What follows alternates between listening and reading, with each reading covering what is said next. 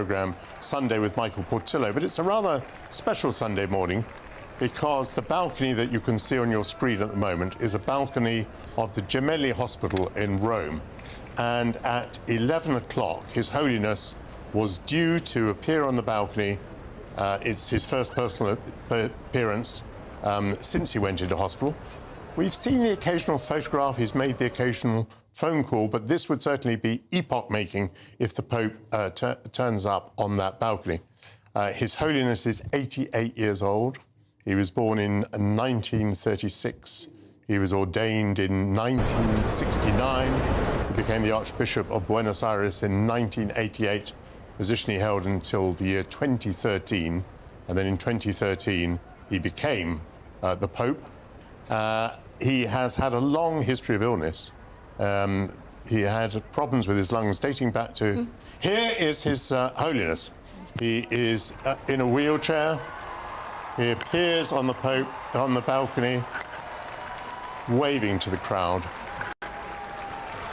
Crowd very, very noisy. This is an enormous moment for those who have gathered to see. This is something, honestly, that many people didn't expect that they would see.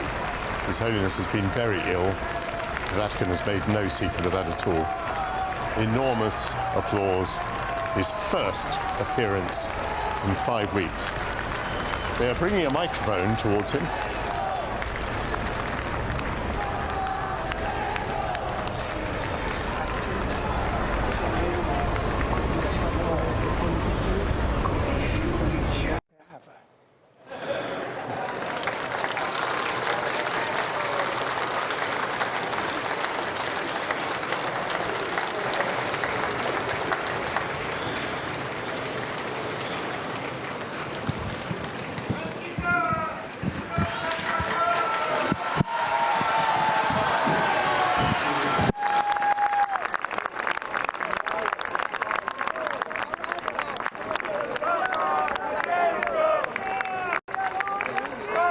Seems that's probably the last thing he's going to say. The microphone didn't seem to be working particularly well as he spoke. I certainly didn't catch what he did say.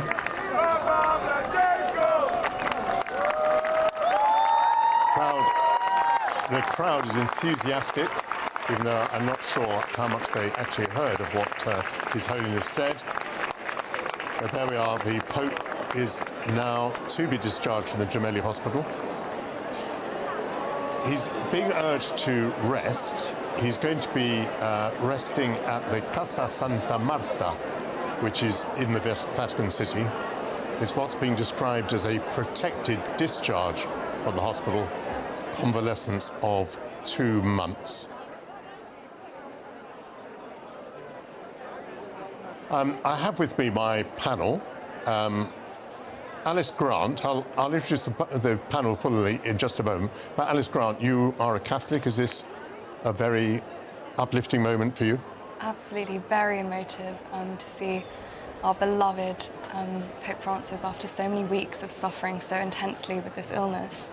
I think it really was a moment of unity in this time of crisis for many Catholics, coming together to pray for the Pope and to rally around him, and just seeing that so visually right now, as you know, you can see all the crowd and all the love that we have for him in this moment. It's been very emotional. He is a very special Pope. He's the first Jesuit. He's the first Pope from the Americas. He's the first Pope to have been born and brought up outside Europe since, I think, Gregory III, who was a Syrian in about the 7th century. Is that one of the reasons why there's a special affection for him? I mean, I think in each sort of papal lifetime there's been a lot of affection for each Pope. But I do agree that Pope Francis, there's something incredibly special about him. I think for me, it's personally the fact that he chose to be called Francis, and with that, embracing this beautiful Franciscan almost spirituality and a very deep love for brother, for neighbour, and also for all of creation, really.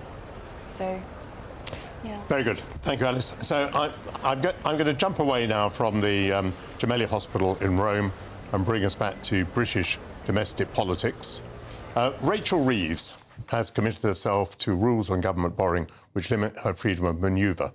while forecasting the levels of future borrowing is entrusted to the Office of Budget Responsibility, which deduces its numbers from predictions of growth, inflation and productivity. She is trussed up, so to speak.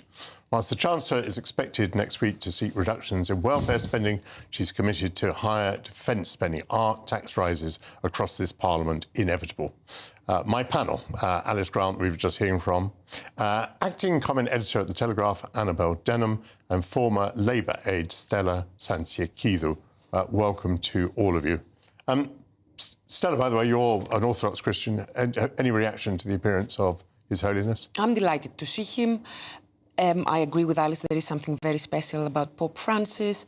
And it was also really nice to see how happy the people were, because obviously for so many people he is a symbol of their faith and the values that this faith has for them. Good. Now let's turn to Rachel Reeves. Stella, what options does Stella Reeves... Rachel Reeves, another symbol of our values. There is a war on our doorstep, and the old are expecting the young to go and fight. It is only right that they pay for it. We should be brave and replace the triple lock with a double lock, which will still be a security net for pensioners. Do you want to explain the triple lock just before you go on? The triple lock means that every year pensions rise, state pensions rise by either the inflation, average wages, or 2.5%. Whichever is the greatest. Whichever is the greatest. Now, the 2.5% is an arbitrary political fiction. It's just a number that we decided on. It was meant to be time-limited. It was meant to lift pensioners out of poverty, and it has now achieved that. We would be saving £3 billion straight away if we replace the triple lock with a double lock. In the next 5 years, that could rise up to £8 billion. And in the meantime, we are looking at workers who are very frustrated because they are seeing pension increases that they themselves do not enjoy on their wages on a year-to-year basis. And we're expecting these workers to go and have families and have children and raise these children who will then go and work and have more and pay more taxes and pay into the system. Yeah, you've advised the Labour Party in the past. Do you seriously advise them to do this? I mean, I can see that this is a serious saving. This is more money than some of the other things that have been suggested.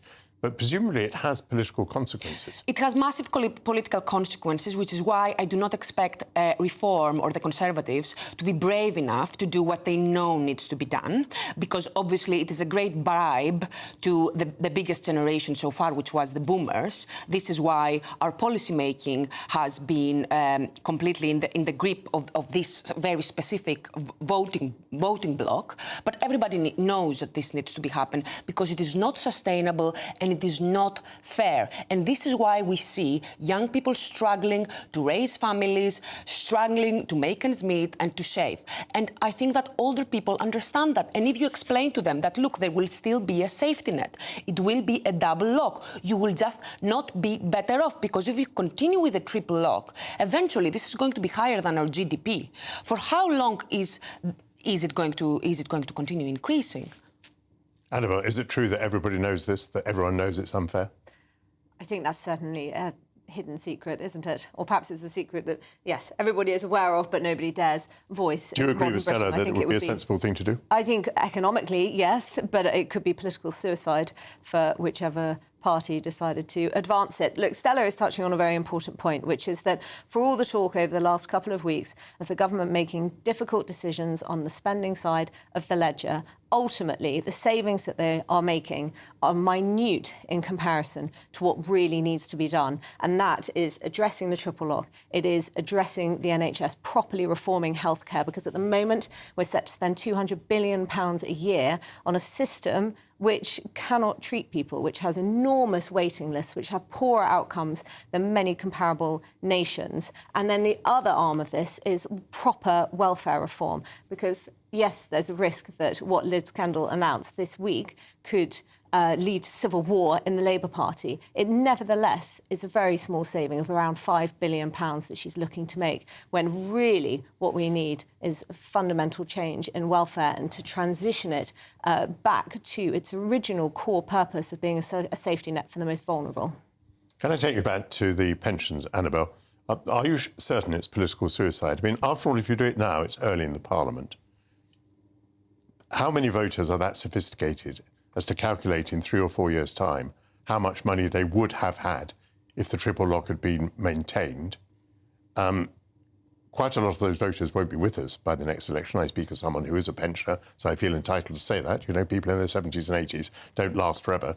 Is it political suicide to end the triple lock? It would be a very symbolic move, I think, and you have to remember that older voters, do tend to be the ones who go to the ballot box more than those in the age bracket of 18 to 24. They are a significant voting coalition, and they will be massively disgruntled by this. And part of the problem, of course, is that we have told these people that they have paid into a system over the course of their lifetimes through national insurance in order that the state will look after them in retirement. Now, we all know that that isn't true, that ultimately what we've got is a Ponzi scheme. It's certainly true that we paid in. Well, people have paid in, but I remember doing that quite the clearly. state pension is being funded today by taxpayers today, and those taxpayers, to Stella's point, are very aware that unfortunately, when they reach retirement age, they won't be receiving anywhere near the levels of generosity that pensioners are today.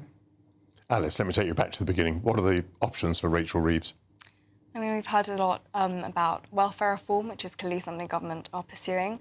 But I do think on the broader question of whether taxes will need to be raised, I see it as an inevitability at this point.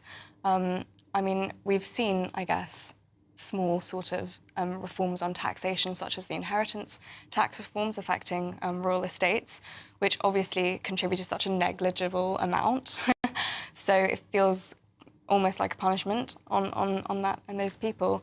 But in terms of moving forward, I think we might see income tax raise, and I hope that, obviously I hope not, but we're in a very difficult financial position. On Camilla's show, I thought Camilla made it very clear that these so-called reductions in the welfare budget, and here we're talking about reforms to PIP, for example, what the effect they have is to slow the rate of increase. I mean, to call them a cut is, in my view, misleading. The welfare bill is going up by many billions, and if these PIP reforms are put in place, they'll save about 5 billion of, let's say, a 20 billion increase. So there's no reduction of public spending there. Rather interesting article in the Telegraph yesterday, Alice, talked about the easiest place to go for tax rises is towards the end of the Parliament. The thresholds on the upper rate of income tax are frozen by the Conservatives until 2028. If you freeze them until 2030, then more and more people will be brought into the 40% rate of tax, which, by the way, kicks in at just over £50,000. I mean, it's not a huge amount of money. And this article was talking about certainly 10 million, possibly up to 13 million people being brought into paying the 40% rate of tax, depending upon, of course, what the rate of inflation is. Because the higher the rate of inflation, the more this fiscal drag pulls people with it.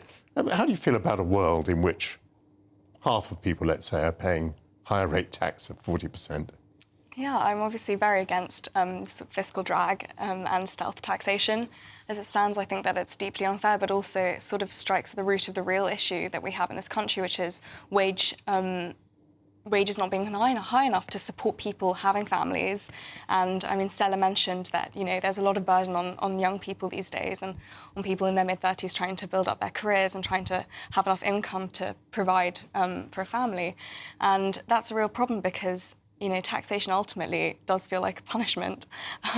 You're giving your hard-earned cash to the state, which then spends it on what exactly? I mean, trying to cut net zero, foreign aid. There are so many different areas of the government where they're spending so much money, billions and billions of taxpayers' hard-earned wages. And when you've paid your 40%, you then begin to pay the other taxes, like VAT or duty on a bottle of wine or your beer or whatever. Annabel, you painted a picture a moment ago of really a terrific crisis, of enormous reforms that are needed. Do you have any expectation or hope that they will be delivered by this government? None whatsoever, I don't think, I'm afraid. Look, Labour are absolutely committed to this narrative that all the mess that we're currently in is the previous Conservative administration's fault, which, of course, it isn't. When Labour came into power, debt was coming down, inflation was coming down, we did have a growing economy, and after they came into power, almost every data point seemed to worsen. And then you had the October budget, the full effects of which still haven't kicked in. We've had a crisis of business confidence, consumer confidence. So the economy is facing stagnation, if not stagflation, if we have an increase in inflation again. Let me just now, I there. suspect... Annabelle, let me just stop you there, if I may, because we're running out of time on this segment. Sure. I just want Stella to say, very, very briefly, Stella, the same question there. Do you have any hope that this will be a great reforming government? Consumer confidence is coming up, business confidence is coming up. These reforms, it's going to take time. Usually we know in business cycles, we know it takes 6 to 12 months to see any results on growth. So I am very hopeful, yes. Very good. Thank you very much, panel. Annabelle Denham, Alice Grant, Stella Sansikidu. The panel will return just after noon to discuss whether the school curriculum needs to be decolonised. Coming up, what does the colossal failure, that's a quotation, at Heathrow on Friday, have to say about Britain's state of infrastructure? Ross Clark will join me to discuss that. Just a reminder of the breaking news that we had a few moments ago. Pope Francis has made his first public appearance in 5 weeks as he is discharged from the hospital in Rome after recovering from double pneumonia.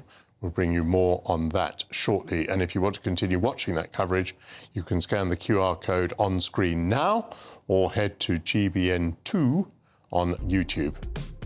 This is Sunday with Michael Portillo on GB News only.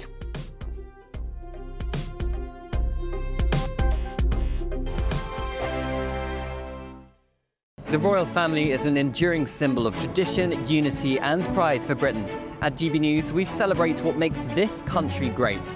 In our new royal newsletter series, you can join me, Cameron Walker, for Inside the Palace, an exclusive look every week that takes you beyond the gates and brings you the very latest from those at the heart of the monarchy. Never miss a royal moment again. Sign up now. Go to gbnews.com/royal newsletter and get the latest straight to your inbox. We're proud to be GB News, the People's Channel. And as you know, we always love to hear your views. Now, there's a new way of getting in touch with us at gbnews.com/your-say. By commenting, you can be part of a live conversation and join our GB News community. You can even talk to me, Bev Turner, or any of the members of the GB News family. Headliners on GB News 11 p.m. every night. It's got 3 top comedians going through the next day's newspapers so you don't have to read them, which is great. That's a good point. He's lying. I mean, maybe he's not lying. That's Headliners every night from 11 p.m. and 5 a.m. as well on GB News, Britain's news channel. Hi, I'm Michelle Dewberry, and my show is your opportunity to cut through all the noise and dive in headfirst to some robust debates. Ideas clash. Situation, isn't it? Because the failure is... You're deliberately avoiding my point. Nothing's held back. And if you think this is the end of it, wait for more. And we do not shy away from the difficult stuff. Sometimes I want to shake people and say, if only you understood. So join me on Jubes & Kerr weeknights at 6 p.m, only on GB News, Britain's news channel. Good Afternoon Britain isn't just about us. The wonderful thing about this programme is it's about everyone watching. It's an interactive programme. Well, there absolutely is something to see here, and we're going to be talking about it more. Whether it's breaking royal news, please bring us up to date, or indeed a particularly punchy speech in the House of Commons. Very, very curious. We bring it to you live, and then we bring you live reaction as well. That's Good Afternoon Britain, weekdays from midday. Only on GB News, the People's Channel, Britain's news channel. This is Britain's Newsroom, where your voice matters. It's just astonishing. With expert analysis and honest opinion, we don't just keep you informed. We bring you unique perspectives you won't see anywhere else. Can't argue with any of that. When the news happens, it happens here. On Britain's Newsroom, weekdays from 9:30 a.m. Only on GB News. It's Patrick Christie's Tonight, and here we do things differently. It's explaining the absolute madness of this, doesn't it? It's explosive. I mean, this is very good. It's lively. 850. Your government sat there, Sean, and it did nothing. It's controversial. And the Middle East has been in turmoil since before I was born. It's everything you need to kickstart your evening. Everyone's had their Weetabix tonight. I love to see it. That's Patrick Christie's Tonight, weeknights from 9 p.m. Only on GB News, the People's Channel, Britain's news channel.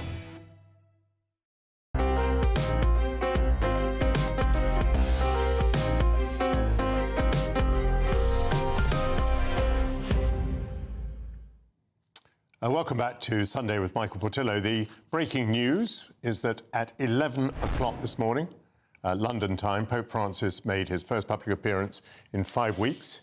He is being discharged from the hospital in Rome after recovering from double pneumonia. The pontiff, aged 88, will return home to Casa Santa Marta in Vatican City on protected discharge. He'll need to convalesce for 2 months, according to the general surgeon at the Gemelli Hospital. He spoke into a microphone, which unfortunately did not appear to work. I'm hoping to find out what it was that the pontiff said to the cheering crowd. And certainly, if you want to continue watching the coverage, then scan the QR code on the screen now or head to GBN2 on YouTube.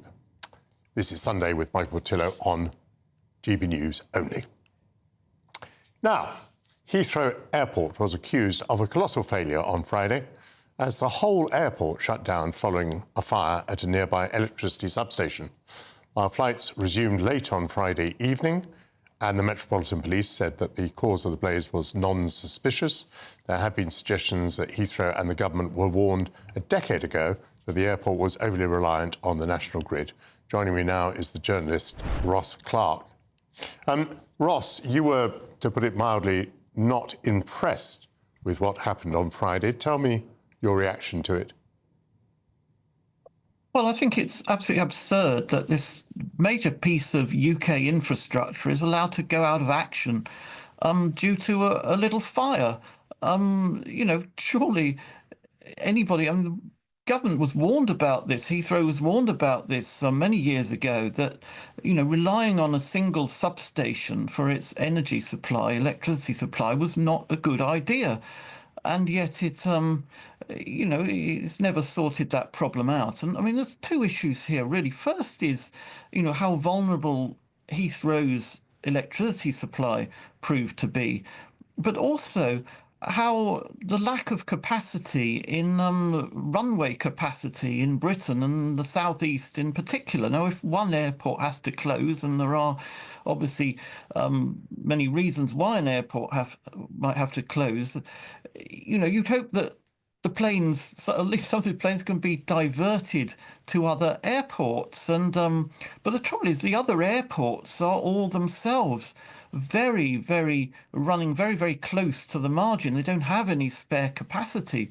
Now, I mean, if we had a 4-runway airport in the Thames estuary, for example, as had been mooted, you know, a dozen years ago, well, we could have diverted the planes there. But the trouble is, we've got, you know, one of the busiest airports in the world. There's planes landing every 45 seconds. It doesn't take very much to go wrong before the whole system sort of collapses. And it happened a couple of years ago with the National Air Traffic Control System. When that went down, there's a small software glitch. And the guy who was supposed to be repairing it was trying to work from home, was unable to do so. And, you know, similar number of flights were cancelled on that occasion, which threw the whole airline system into chaos for days and proved a huge embarrassment to Britain. And, you know, we were talking on Friday, maybe this is sabotage, you know, maybe a foreign power or terrorist organisation has done this. Well, we've sent a very big signal to foreign powers and terrorist organisations that if you want to throw a spanner in the works of UK infrastructure, this is how easy it is to do it. And we really should be having a far better sort of resilience programme. But the trouble is, the minister who's supposed to be responsible for energy resilience is Ed Miliband, is preoccupied with the net zero project. So, you know, this work rather comes a poor second.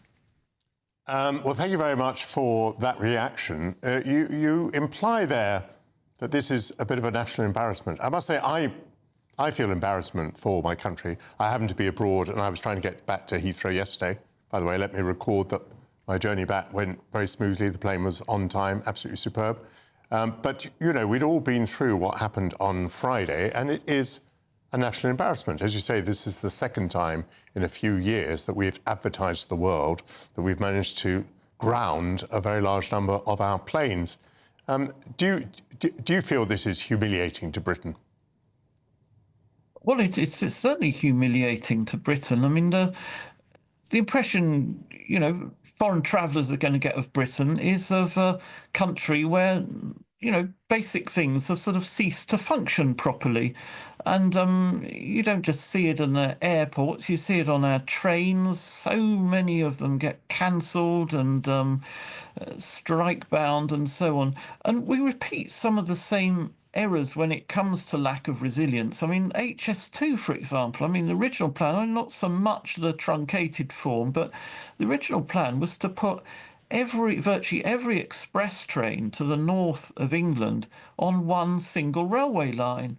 And if you're going to do that, you will run trains running at 3-minute intervals. Well, if you do that, one delay just causes absolute chaos. And, to build in some resilience in the system, you have a number of railway lines, you have a number of airports, and we just don't seem to be thinking this through. And, and also the rise of potential hostile powers using cyber warfare is something we've never really grappled with. It's rather chilling to think that until 5 years ago, the UK government was considering or intending to put our 5G Wi-Fi networks in the hands of a Chinese company with links to Chinese government. And you think, well, that's absolutely mad. The government only seemed to change its mind when it's warned by the Americans, well, we're not going to share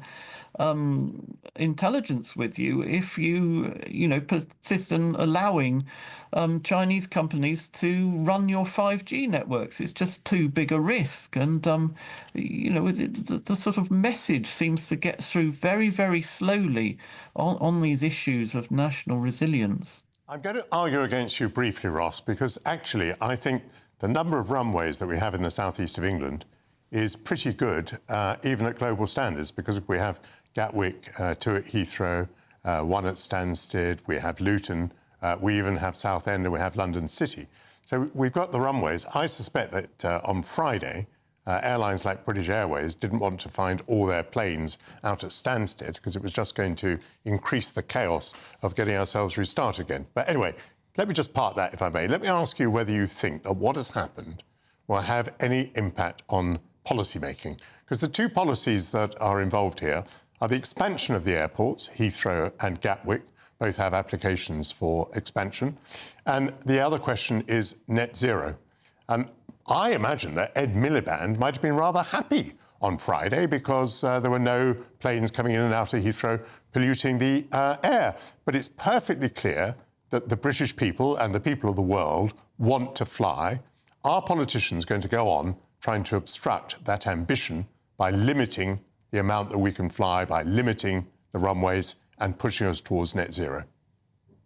Well, there's a group of government advisors, funny enough, called the FIRES, F-I-R-E-S, a bunch of academics who sort of advising the government on net zero, who were trying to sort of push the government into actual structured decline of the airline industry, saying, it was not consistent with net zero.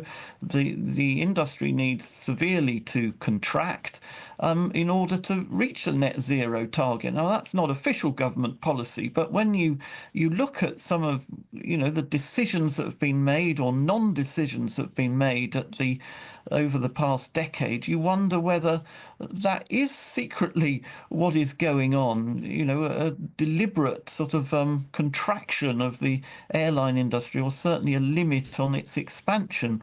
I think to put a third runway at Heathrow, well, if you're going to do that, clearly, the other infrastructure has to be upgraded to allow that. As I understand, the third runway would actually involve a separate substation, so might be alleviated on that. But in some cases, you might actually be worsening the problem by putting a third runway at Heathrow rather than building a whole new airport in the Thames estuary, which would be my favoured solution, because if Heathrow has to close for any reason, then you've got 3 runways worth of planes which sort of have to be diverted elsewhere. To distribute airlines around different sites would be a far better policy. But, I think the whole thing seems to be hampered by the net zero target. Ross, you are not going to get an airport in the estuary. You and Boris are going to have to give up on that one. I think you may well get a second runway at Gatwick, and it's just conceivable you'll get a third runway at Heathrow. But the point I was trying to make to you was it's all very well politicians like Ed Miliband theorising about net zero and how they're going to restrict us now. We all have to make sacrifices. But, I mean, what Friday showed to me was that people don't want to make sacrifices. They enjoy travelling. It is their aspiration to travel more. As soon as they have some spare money, they want to get on a plane and explore the world. And that any politician who stands in their way is going to pay some sort of price. Discuss. Well, absolutely, they will. I mean, the past 2 governments have sort of relied on opinion polls which say, people are asked, do you support net zero?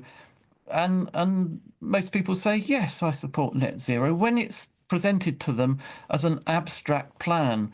But when you ask them in detail about the policies which might be needed to get you anywhere near net zero, they take a different view. If you ask them, do you want to give up your petrol car? Do you want gas boilers to be banned? Do you want a frequent flyer tax? Or do you want to be restricted in the number of flights you'll be allowed to take in a year? Then people take a very, very different view. And this is a problem the government is going to have increasingly over the next 25 years as we approach that sort of 2050 net zero target is, bringing the people with them. And I'd say that, they've got this sort of vague support in people who think net zero is is generally a positive thing to be pursuing. But, if you're expecting people to take a reduction in their living standards in order to achieve that, it's going to be extremely politically unpopular. Thank you very much, Ross Clark. Thank you for joining me this morning on GB News. Let's go back very briefly to Rome. Pope Francis is now set to arrive at the Vatican. Pope Francis, recovering from pneumonia in both lungs, has been discharged from Rome's Gemelli Hospital. We saw him appear on a balcony at the hospital earlier. He addressed a few words to the crowd. The pontiff is 88 years old. He's going to return home to the Casa Santa Marta, which is inside the Vatican City, on what's described as a protected discharge. He'll need to convalesce for 2 months, according to the general surgeon at the Gemelli Hospital. It remains unclear whether an audience with King Charles and Queen Camilla, which is scheduled for the 8th of April, can possibly take place. And there will be speculation about what role the pontiff can play over the Easter period, which is very demanding on His Holiness. Easter Sunday is the 20th of April this year. He is the first pope from the Society of Jesus, the Jesuit order, the first from the Americas and the Southern Hemisphere, the first born and raised outside Europe since the 8th century Syrian Pope Gregory III, born in 1936 in Buenos Aires, ordained in 1969, became Archbishop of Buenos Aires from 1988 until 2013, when he became Pope. Has suffered from pulmonary conditions since a young age and has now been in hospital for 5 weeks suffering from double pneumonia.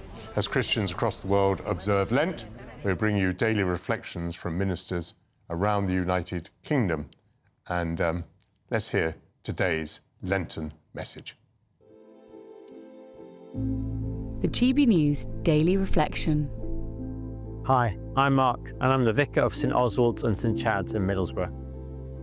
We're a society of addiction, and I don't just mean the obvious ones, the cigarettes and drugs and alcohol. We're a society of people addicted to power, to status, to money, to having more, to holidays, to the news, to complaining about things, to misery and to anger, and to endlessly doom scrolling on our phones. Of course, people want to kick a lot of these addictions. Without something else to replace the hole these addictions leave, they often end up coming back to them, even more possessed by them than when they were to start with. There's a story in the Bible where Jesus casts out a demon. It's exciting for the crowd watching, but Jesus has a warning for them. If that person doesn't have the demon replaced with something greater, then that person could end up worse off than when they began. So what's stronger than a demon? We could ask that question about anything that possesses us. What's more lasting than money? More joy-giving than drunkenness? What's more satisfying than endlessly staring at our phones? I don't always get this right, and sometimes I struggle to believe it myself. But over time, my experience is that the only thing that can compete with any of these things is the person of Jesus himself. He satisfies and fills greater than anything else that can exist or that does exist.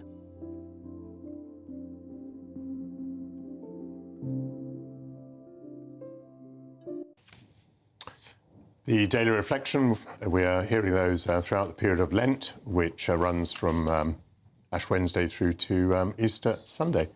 Now, the programme is being somewhat steered this morning by the events in Rome. His Holiness the Pope has left the Gemelli Hospital and he's headed towards the Vatican. I think we're hoping to bring you pictures of his arrival at the Vatican. Seems that he will be asked to move to his home there and to convalesce for 2 months. So you can see there are live pictures there from the Vatican. He's making that short journey from the Gemelli Hospital to the Vatican, but he hasn't arrived there yet. I have asked my political panel to come back into the studio. To remind you, they are Alice Grant, the political commentator, acting comment editor at the Telegraph, Annabel Denham, and former Labour aide, Stella Sansiakidu. Now, Alice, will it be another special moment, do you think, when the Pope arrives at the Vatican? Oh, absolutely. I mean, to think that we weren't even sure if this moment would ever happen again, and to see it hopefully occur now, now that the Pope has been discharged from hospital, would be such an important and impactful moment for many Catholics. As I mentioned earlier, I think that this was a time of real crisis where a lot of us weren't sure if the Pope would survive this illness. But seeing as, you know, thankfully all our prayers worked, that it would be great to see him come back to the Vatican. Alice, what did you make of the pictures that we saw? How fit did you think the Pope was looking? He was in a wheelchair, obviously. He was able to wave and he was able to make a few remarks. But he gave the impression of a man whose condition is still pretty weak. Yeah, absolutely. I think it was very emotive to see him clearly still recovering from his illness. At the same time, I think the strength he showed and actually the fact that he obviously decided to go onto this balcony in order to give us that signal of hope that he represents there was really meaningful. Yeah, the viewers to the programme, we're looking at a front door in Rome. I find it slightly hard to believe that the Pope is going to go through that door because apart from one pedestrian there's no crowd and there are no television cameras. I think this may simply be a drive-by shot. We're hoping to see the Pope in his vehicle driving towards the Vatican. A few more people have appeared in the picture now. Stella, will it be an emotional moment for you to watch the Pope go back to the Vatican? I wonder if we will hear from him. Obviously, earlier, when he appeared on the balcony, he tried to make a statement, but it would have been quite hard for him to be audible. But what I found very impressive for a man in his state, even though you could see from his face, from his whole demeanour, that obviously his health is not good. It is how his personality was shining through, and he was trying to appear cheerful, Twice he did the thumbs up symbol to the cheering crowds. We saw in the crowds there were people who were smiling. I saw a couple of people who seemed like they were crying from how emotional they felt. So we're now seeing on the left of our screen St. Peter's Square, St. Peter's Cathedral over to the left. And again, I would say that square is not very thickly populated. If the Pope is going to appear at a balcony in the Vatican, the balcony at which he normally appears is to the right of the cathedral's facade, somewhat behind the obelisk. The balcony is somewhere up there. But I wouldn't say, looking at those pictures, that there's an expectant crowd. It would be quite a lot for the Pope to commit himself to appearing in that balcony. We saw that it was his appearance just now, although extremely dignified, was clearly the appearance of a man who suffered a great deal with his health and is still in quite a weak condition. Annabelle, can I ask you as a sort of matter of news judgment? We're sticking with this story at the moment because we know there are lots of people who wish His Holiness well and wish to see him returning to the Vatican. How big a story do you think this is in global terms? Oh, I think that this is an enormous story. And just a few weeks ago, we were immensely concerned for the health of His Holiness. He was suffering from pneumonia in both lungs. He hadn't been a well man for some time. And I just wonder, to your point about his appearance on the balcony of the Vatican, and yes, there's not a particularly populated square there, perhaps less so than when I visited on a random Tuesday, but I wonder whether him on the balcony was a very important and healing moment, but nevertheless one which underscored his fragility. And my suspicion is that he will want to present himself from a position of greater strength when he does perhaps appear before the crowds. So that may be why there isn't the anticipation at this stage that he will be making an appearance. But nevertheless, I think at this stage, with Catholic people who are religious and follow the Catholic faith across the world, this is an enormous moment. And at this stage, we're all just wishing him well and for a quick recovery, despite the prognosis at this stage. The one thing that could be said is that we can hear a lot of sirens from presumably police vehicles. That could well be the sirens of escort vehicles, as His Holiness, we hope, would drive through the shot which is on the right of our screens at the moment. On the left, we are seeing the Vatican, and it doesn't look to me as though people at the Vatican are expecting the Pope to make an appearance there. Pope is 88 years old. He's been Pope since 2013.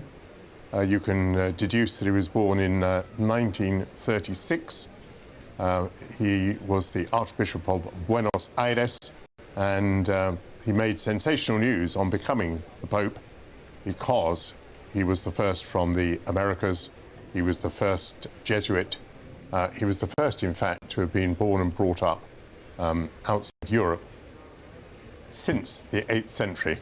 The Syrian Pope that we all remember from the 8th century. Gregory III. Alice helps me to remember that it was Gregory III. His name had slipped my mind just for the moment. So we are putting up on our screen there, Pope arrives at Papal Basilica. That apparently is confirmed news. The Pope is going to arrive at the Papal Basilica. Not much video evidence of that for the moment.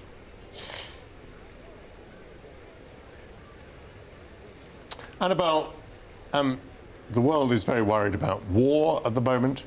We have the war in Gaza. We have the war of Russia against Ukraine. We have human suffering all around the world. Annabelle, in your view, what role do religious leaders play in helping us to cope with these terrible events? I think they are an enormous source of comfort for people, regardless of where they are in the world, whether they are sitting in a privileged position of observing foreign conflicts or whether they are living through them themselves. They are figures who people are able to look up to, who are unifying. And indeed, I think that was one of Pope Francis' key goals, was to be a unifying and reformist Pope as well, but perhaps it's at times when they are unwell that you come to realise what an important force and figure they are in your life, and not in quite the same way, but I think the national grief that was felt when Her Majesty Queen Elizabeth died a couple of years ago was again a reminder of just how significant these people are in our lives, even if we don't contemplate it on a day-to-day basis. Alice, may I just ask you briefly, we're going to go to a break now, waiting for these pictures, but may I just ask you briefly, is it possible to be a reforming Pope and a unifying Pope? I think so. I think that, culture, and this is across the globe, has shifted a lot recently, but I think that there is a need more than ever to be a voice for peace. And Pope Francis, I have to say, one of the things I admire most about him is that throughout all this conflict, he's been the only voice, virtually, who's been actually advocating for a peaceful, loving approach to everything going on and really presenting a humanitarian perspective. It's so unpopular these days amongst leaders or even just amongst politically minded people to be an advocate for peace. And that's something that's really shocked me, that even among my cohort, I'm one of the very few people who actually are genuinely anti-conflict, anti-war and pro-peace. So to know that he represents our faith and he represents beautiful, loving kindness that we find in the Catholic faith is so important. So. Now, this is interesting. Whilst we have had our cameras focused on the Vatican, it appears that the Pope diverted his route to the centre of Rome to pray there. So we understand the Pope has actually gone to the centre of Rome, not to the Vatican. He's passed the Colosseum and he's headed for the Papal Basilica of Santa Maria Maggiore, St. Mary the Major. Now, that's around a 20-minute drive from the Vatican. So that being the case, it would be some time before he could get back to the Vatican. Officials at the Vatican tell us that he wants to go to the Basilica Maria Maggiore to pray. We'll return to Rome shortly. Thank you, panel, for your flexibility. This is Sunday with Michael Portillo. We'll be back after the break.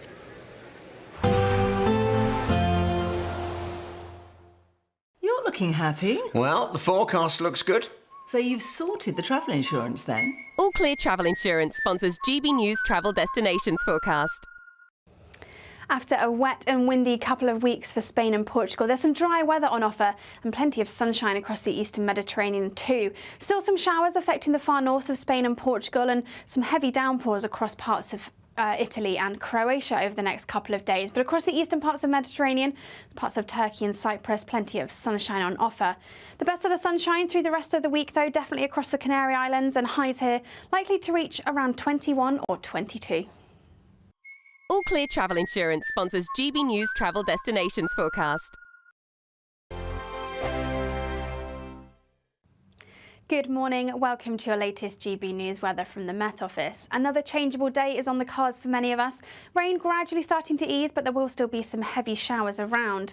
The rain that we've seen across the northern half of the UK is gradually going to ease as we head towards the afternoon. Still rather cloudy for much of northern England, eastern parts of Scotland, but where we do see some sunshine, particularly across the southeast of England, we are likely to see some quite heavy showers bubbling up through the afternoon. There could be some thunder and hail mixed in here too, perhaps some localised flooding in places. And for northwest Scotland and parts of Northern Ireland, there will be some sunshine too. Another mild day, temperatures well above average in the south, 17, 18, perhaps 19 degrees. And even in the north, those temperatures a little above average for the time of year. Into Sunday evening, we see those showers persisting for a time across the southeast, so continuing to see some heavy downpours in places and really quite cloudy across much of England and Wales through Sunday evening. Across parts of Northern Ireland and western parts of Scotland, though, plenty of clear skies to end the day, but generally a little bit cloudier across the northeast of Scotland, so some outbreaks of rain for Shetland and Orkney for a time. As we go through the rest of Sunday evening, any of those showers we see across the very far south gradually start to push their way offshore, so turning a little drier for much of England and Wales into the start of Monday morning. Perhaps the odd outbreak of rain across the very far southeast, but further north, a much drier picture and plenty of clear skies on offer for Northern Ireland and much of Scotland, and likely to turn quite chilly here, perhaps a touch of frost in places, but generally staying that little bit milder under that cloud further south and further east, temperatures in the high single figures. So a bright but chilly start across parts of Northern Ireland and Scotland. Scotland. A cloudier start across England and Wales, but that cloud gradually starting to fizzle out as we go through the afternoon. So some sunshine developing here, maybe 1 or 2 isolated showers, but it should be staying dry for most places. That sunshine turning hazy across the northwest though as we see this weather front arriving, so some heavy downpours across northwest Scotland, and temperatures will be down a touch on what we saw over the weekend, but still a little above average for the time of year.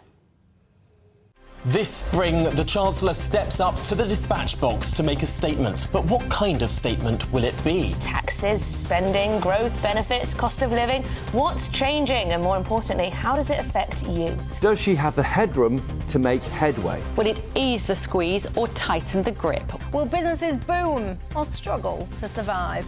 And does the spring statement have real impact, or is it just political posturing? GB News brings you the analysis that matters. Just what it means for your money, your home, your future. The Spring Statement 2025, Wednesday on GB News. In the GB Newsroom, we bring you the news as it happens. With our team of dedicated journalists across the UK, we're ready to keep you up to date with what's happening every half an hour, every single day. Bulletins here on GB News, the People's Channel, Britain's news channel.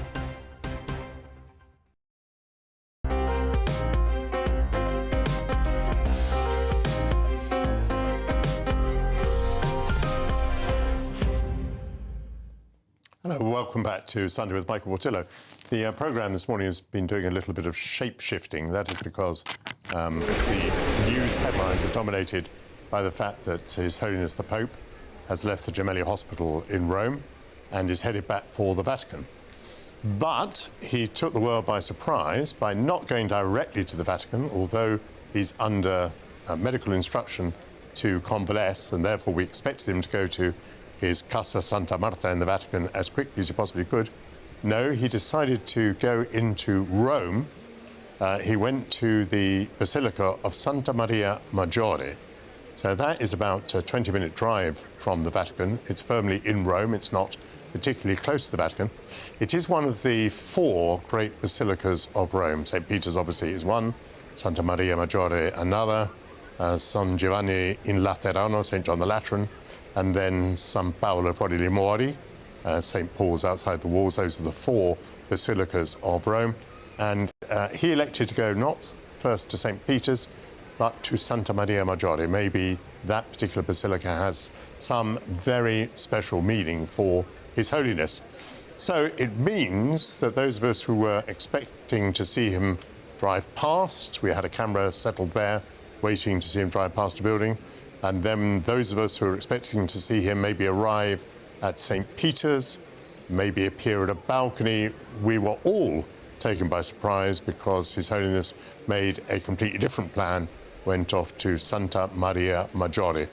But still, the news which will delight many Catholics around the world is that the Pope, after 5 weeks of being in hospital, recovering from pneumonia in both his lungs, has been discharged from Rome's Gemelli Hospital. That is the news. And now that brings me to the end of the first hour. See you soon. Bye-bye.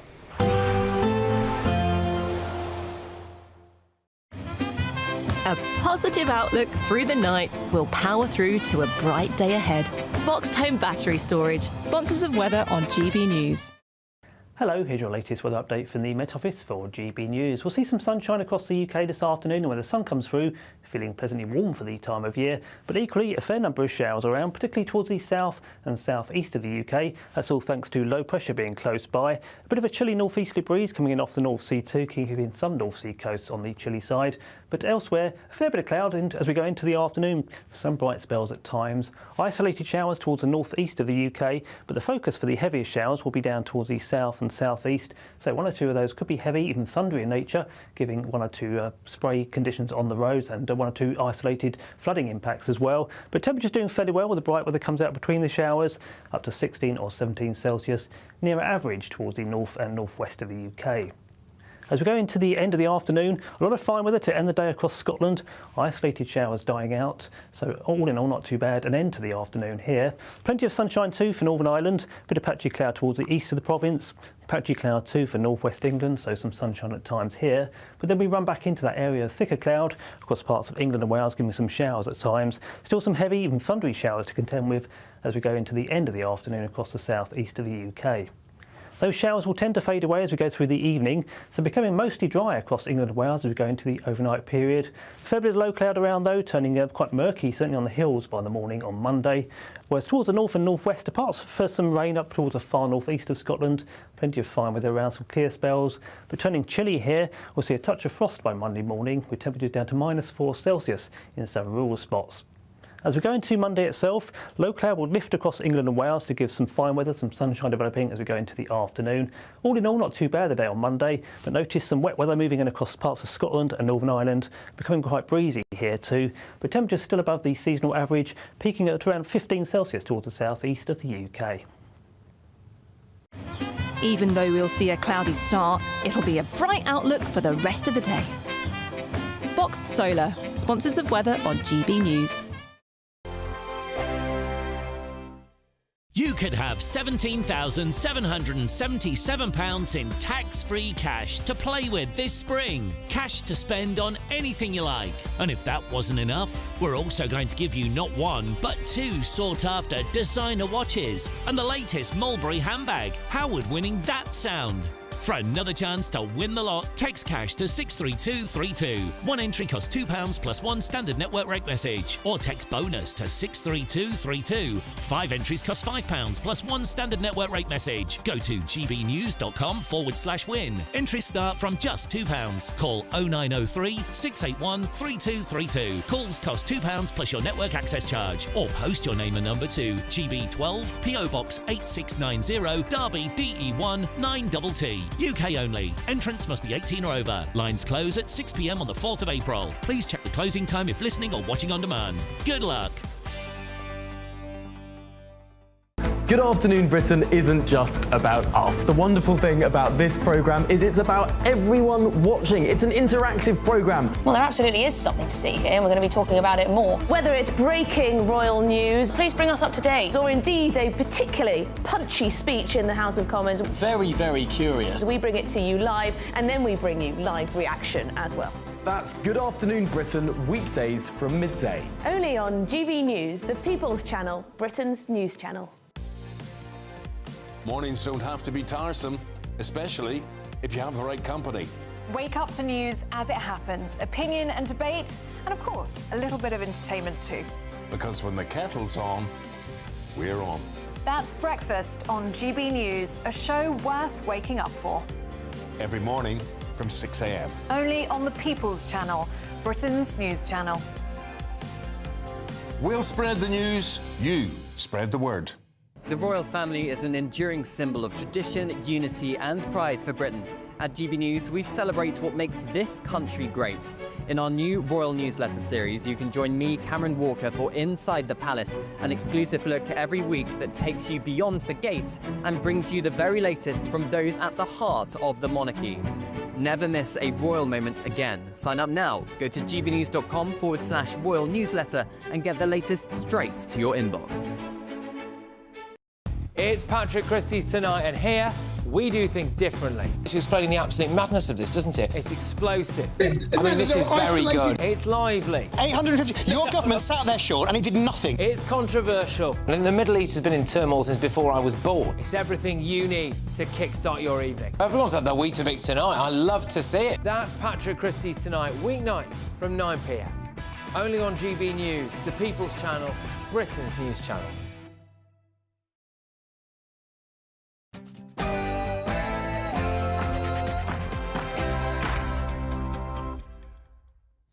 May I be the first to wish you good afternoon. Welcome back to Sunday with Michael Portillo. The breaking news, as you join us or rejoin us, is that His Holiness the Pope has left hospital. He left the Gemelli Hospital in Rome. He then went to the Basilica Santa Maria Maggiore. The Pope is in the white vehicle. Here we see him passing in a motorcade. The Pope is visible, I think, on the far side of the vehicle in the front seat, dressed, of course, in white. Now, this, I think, would be a picture of him having left Santa Maria Maggiore, the Basilica, and headed towards the Vatican. Apparently, the Pope instructed his driver to divert. It's believed that he wanted to go to Santa Maria Maggiore to pray, but now he has resumed his journey back to the Vatican. Let's take the news with Sam Francis.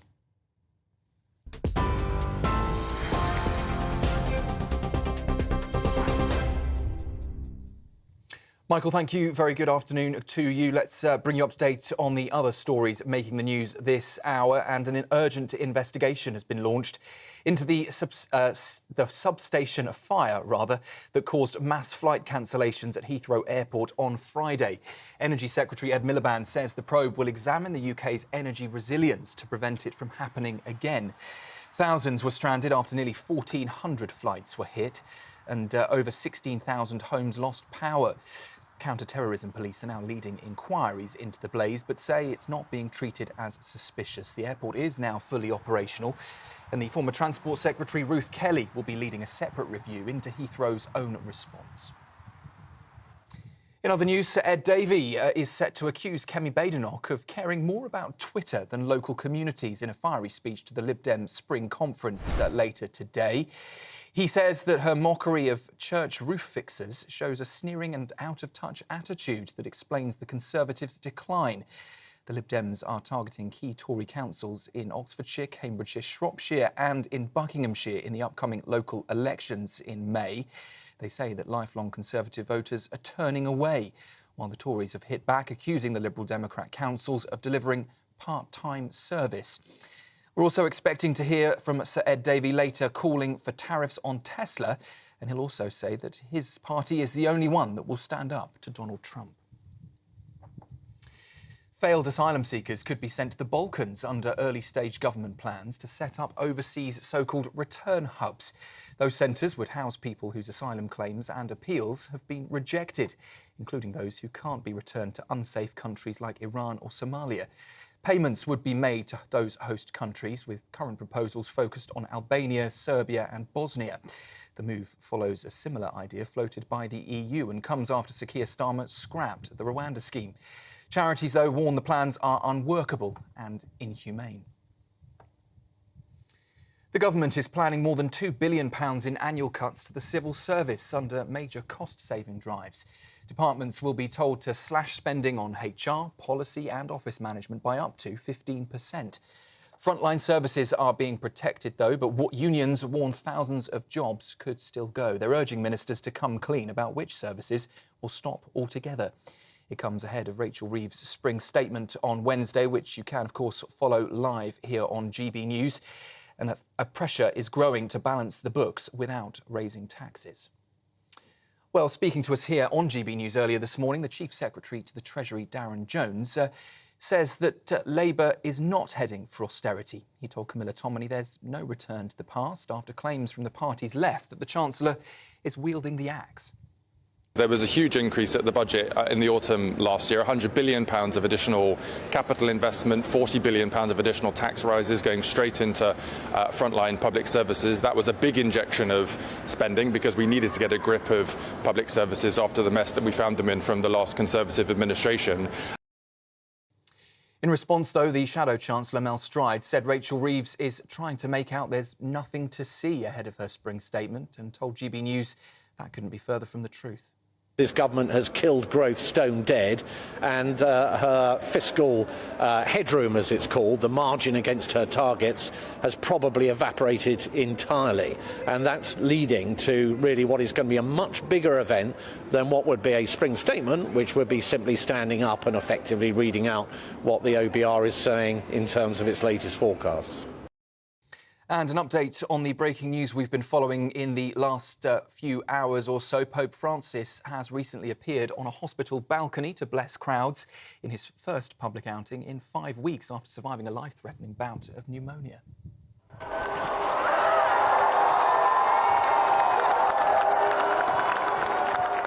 Well, as you can see there, the 88-year-old gave a thumbs up and waved to supporters outside hospital where chants broke out.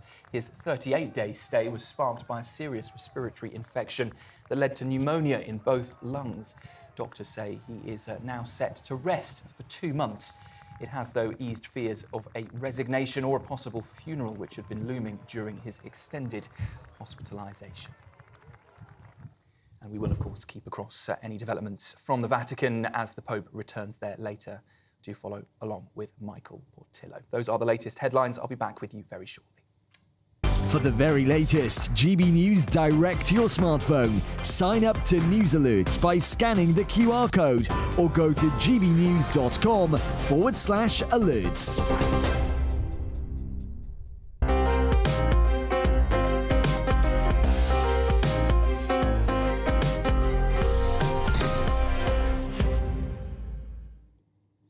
Thank you, Sam, and welcome back to Sunday with Michael Portillo.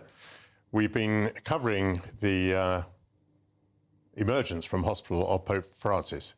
He's recovering from pneumonia in both lungs. He's been discharged from Rome's Gemelli Hospital. Pontiff is 88. He's due to return to Casa Santa Marta in Vatican City on what's called protected discharge. He'll need to convalesce for 2 months. Within the past few moments, we saw him emerge on the balcony. You can see pictures of that now. The Pope was in a wheelchair. He waved to the crowd. He gave a thumbs up. He was offered a microphone, which sadly didn't seem to work too well. So we're not entirely clear what His Holiness's words were at that point. But the crowd was enthusiastic and it began to chant. After that, he left the hospital in a white vehicle. He was seated in the front seat of the vehicle. Clearly visible as he drove through Rome. And in fact, he did not, as we had been expecting, decide to go directly to Vatican City. He went to a basilica, Santa Maria Maggiore, one of the 4 great basilicas of Rome, apparently because he wanted to pray there. It'd be interesting to know what is the special place in Pope's heart for Santa Maria Maggiore that he would choose to go there even before going to the Vatican, even before going to the other great basilica, St. Peter's. But he did divert his route through the centre of Rome. We saw pictures of him driving past. We clearly saw him in the front of the vehicle. And we think that he should be arriving at the Vatican very soon. My panel has been very patient today and very flexible. And they're with me now. They are political commentator and, I'll say today, Catholic Alice Grant, acting comment editor at The Telegraph Annabel Denham, and former Labour aide Stella Sansiakidu. Alice, in what state does the Catholic Church find itself today? I mean, I'm very familiar with the Church of England, which is beset with issues from child abuse to women priests and bishops to the attitude to homosexuality, homosexual marriage, etc., etc., etc. How does the Catholic Church stand on these issues? Well, the Church hasn't been immune from the difficulties arising with just modern culture, which is so anti many Christian values and many Christian truths which have been upheld for centuries in the Catholic Church. So, you know, the winds of the tempest that are shaking around everywhere obviously do affect, but I think there's something so special in being united by the perennial values of the Church, which I think will always triumph. And after all, the Church is viewed by Catholics as the bride of Christ, and therefore, as Christ suffered his passion, we know that things aren't always going to be easy, that there will always be difficulty and suffering. But as long as we remain faithful, as long as we pray and stay united, we believe that we can overcome these issues and difficulties in our world. His Holiness has emerged from hospital, but he's 88 years old and he's evidently in poor health. At some point, inevitably, there will be another pope. What do you anticipate in the Catholic Church? Do you imagine that the next move is towards conservatism or towards reform? I genuinely feel as though the sort of peak reformist views of the 60s have passed, and there has been a resurgence, especially among young people, towards, I guess, a more traditional way of the faith. Obviously, this is a generalisation, but I think we look around us and see the way that modern culture has just disintegrated as key values like family and community have been set aside in favour of making profit. That's been so damaging to our society at large and created so much misery and unhappiness as people feel fundamentally unfulfilled. So what I expect and what I've seen from my generation is certainly a return to more conservative values, because that is where people find the most happiness. It's in family, it's in church, it's in community. So I do think that the future. So you at least would like it to go towards a more conservative aspect, or at least to sustain its conservatism. Stella, you are an adherent of the Orthodox Christian faith. As you look, as it were, from east to west at the Catholic Church, in what condition do you find the Catholic Church? It is different because we do not have a global figure in the same sense that Catholics have the Pope. We don't have the Vatican, obviously. And there is a lot more symbolism in the Catholic Church, and there is a lot more expression of the faith publicly. I see a revival in the Catholic Church. I see a lot more people becoming Catholic, even those who are from a non-religious background. And we saw, for example, a lot of politicians using their Catholic faith in more visible ways. For example, on Ash Wednesday, is it? Ash Wednesday, indeed. Wednesday, in the US, you had Marco Rubio, who had this the cross on his forehead. Ash is on his forehead in the form of a cross, yes. Yes. And I think that it is, even though we've been through a period of time when religion and politics were completely separated, and famously, you had Alistair Campbell saying about Tony Blair, "We don't do God," and religion was seen as a prohibited subject from politics. I think more and more people are coming back to religious beliefs to find meaning, and I think that a lot of people find Catholicism I guess attractive because of all of these very, very bold symbolisms. Let me ask Annabelle. Annabelle, the Church of England finds itself in crisis. The Archbishop of Canterbury was forced to resign. That is very unusual in the history of the Church. Of course, that had to do with the difficulties that the Church has had with child abuse and dealing with child abuse. Do you think Anglicans look with some envy towards the Catholic Church, which has not gone on the same reforming journey, and therefore has maybe not got into... let me make this clear. The Catholic Church has had plenty of problems with child abuse, but it maybe has not gone into quite so many problems around what might be described as the Anglican faith's liberalising agenda. Well, I think that's true, although Pope Francis has been described and criticised indeed as a woke pope who had quite controversial views on things such as migrants and climate change and same-sex marriage, for instance. So to Alice's point, I think it's entirely possible that we will see the next pope take the Catholic Church, the Catholic faith, in a more conservative direction. As to whether Anglicans are looking on with a degree of envy, possibly, but so many of the problems that are currently plaguing the Church of England at the moment sort of have some echoes of what we're seeing in the Catholic Church in terms of it being a hierarchical structure, in terms of it being those at the top, not necessarily reflecting the views of those who are working on the ground in parishes and who are seeing ageing, perhaps declining congregations in certain areas. I know there has been a recovery in that regard. So in terms of the 1.4 billion people who in the world consider themselves to be Catholic, I'm sure that there is some envy. But as to the direction of the Church, I'm not so sure. Thank you, panel. The panel has been very patient and very flexible this morning. I'm going to ask you just to stay for the moment, because you never know what may happen next. But for the time being, I thank Alice Grant and Annabelle Denham and Stella Sensi-Kidu. Now, also happening today, the Liberal Democrats are holding their spring conference in Harrogate, and leader Sir Ed Davey is currently speaking. Let's see what he's saying. Friends, we meet at a time of great peril for our continent and for our country. Because Donald Trump is not only betraying Ukraine, it's not only their sovereignty he's selling out, it's our security. The security of Europe, the security of our United Kingdom, and that is unforgivable.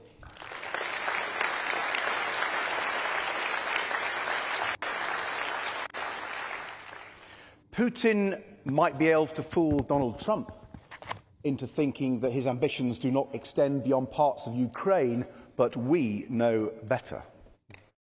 Just look at what he's already doing in Georgia, in Moldova, in Romania, undermining their democracies and seeking to extend his grip further into Europe. Our brave Ukrainian allies are on the front line, fighting not just for their homes, not just for their freedom, but for the freedom and security of people across Europe, including ours here in the United Kingdom. Their fight is our fight.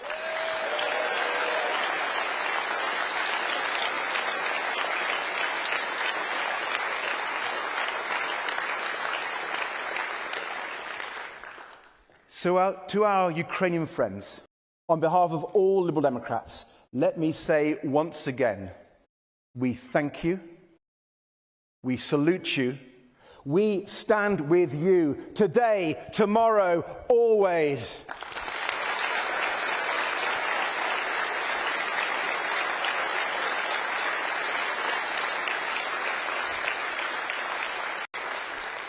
And of course, that solidarity must go beyond mere words. That's why I'm proud that the United Kingdom has been Ukraine's staunchest ally right from the start. I'm so proud of the tens of thousands of British families who welcomed Ukrainians into their homes, showing the incredible warmth and generosity of the British people. Why I am proud of all the military assistance we have given to the Ukrainian armed forces, the tanks and training, missiles and drones to repel Putin's war machine. And it's why I was proud that the Prime Minister brought Europe and Canada together here in the United Kingdom to chart a way forward the day after those appalling scenes of Trump and Vance ambushing President Zelensky in the Oval Office. And Trump's so-called special envoy might dismiss British leadership as pointless posturing, but we know what it really is. Britain leading in Europe again, as we have done at the greatest moments in our nation's history.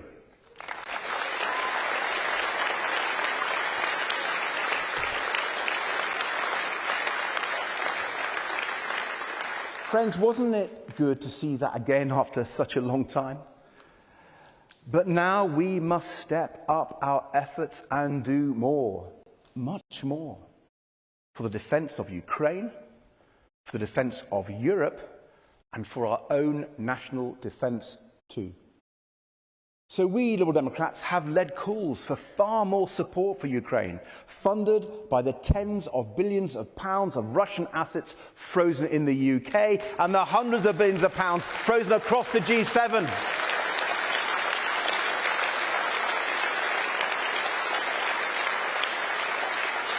We backed proposals for a new European rearmament bank to finance a massive expansion of defence manufacturing here at home and across the continent.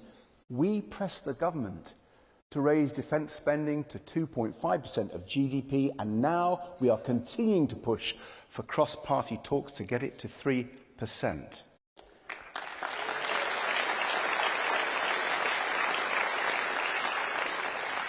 You see, the threat we face is existential. To our east, a murderous dictator, hell-bent on building a new Russian empire and committing atrocities on European soil in pursuit of it. And to our west, for the first time in my life, a president of the United States willing not merely to turn a blind eye to Putin's aggression, but actually to praise it. A A president who has repeatedly demonstrated that he is not a reliable ally to Ukraine, to Britain, to Europe, or to anyone else. So the fundamental questions we now face are these. How do we deal with Putin? And how do we deal with Trump? Well, let me tell you how not to deal with them. Just like any bully, you don't deal with them by curling up in a ball and hoping they'll leave you alone. You don't turn a blind eye as they attack your friends, praying that maybe they'll stop there. You have to stand up. So that was Ed Davey. A short while ago, he began his speech to the Liberal Democrat conference in Harrogate. My panel's still with me. Be quite interested in your reaction, Annabelle. Tell you my reaction, first of all. Interesting his technique. He did not appear to be using an autocue. He appeared to have memorised his speech. A technique I used about 25 years ago, but which I think is quite effective. The second thing is that he's being very anti-Trump. Now, this is territory which has been vacated by the Labour government because they can't be anti-Trump. And he has moved right in there. It's not territory on which the Conservatives feel comfortable either. Did you observe that that's what he's doing there? Yes, and it's quite refreshing to see because for the last 9 months, all the Liberal Democrats have really done is cheerlead the Labour government from the sidelines to the extent that you have to wonder what the point is of having two separate parties, even though the Liberal Democrats themselves now have 72 seats after a remarkable comeback, really, following the 2019 general election. So we have our answer now. If we want to be anti-Trump, we vote Lib Dem. Well, quite possibly, although I think most people in Britain, I suspect, hold a view that they are pro-Trump in some regards and anti-Trump in others. Nobody, I don't think, in Britain today is particularly comfortable with Trump's stance on Ukraine, with the language that he's been using against Zelensky, with this idea that Trump and Putin are making deals between the two of them, shutting Zelensky out of the room, putting him at the little table and coming to some sort of agreement that they detect. You sound like Ed Davey. That's more or less what he's just said. Intend to foist on Ukraine. Nevertheless, there are some things which, equally, tariffs would be very unpopular in European countries which are going to feel the pain of them. Nevertheless, there are some policies which Trump is pursuing which will be popular, such as the Doge Department, designed to cut government spending by $2 trillion every year. I mean, I'll believe it when I see it. And some of his policies around tax cuts and deregulation and that sort of thing. So, Stella, do you think he sees the territory well, Ed Davey? Not quite. I think it makes perfect sense for him to focus on Trump. It's good to see him talking about defence. I hope he will find a way to make it easier for the Labour government to make the changes they need to do to increase defence spending. He also spoke about the European Rearmament Bank, which I think is very, very important. And he is at a spot where he has been kind of sleepwalking for the last few months. And I think now it is time for the Lib Dems to call for a close relationship with Europe. Defence is exactly the right opportunity for them, and specifically exactly on how a future European defence strategy is going to work in the UK, and support that. Thank you very much, panel. Alice, thank you very much for being our Catholic representative here today. Annabelle, thank you very much. Stella, thank you very much indeed. Now, if you'd like to continue to watch Sir Ed Davey's speech, you can scan the QR code on the screen now or head to GBN2 on YouTube. We'll keep you updated on the Pope's return to the Vatican, and we'll also be joined by military historian Oliver Webb-Carter to discuss the death of Group Captain John Paddy Hemingway this week. This is Sunday with Michael Portillo, only on GB News.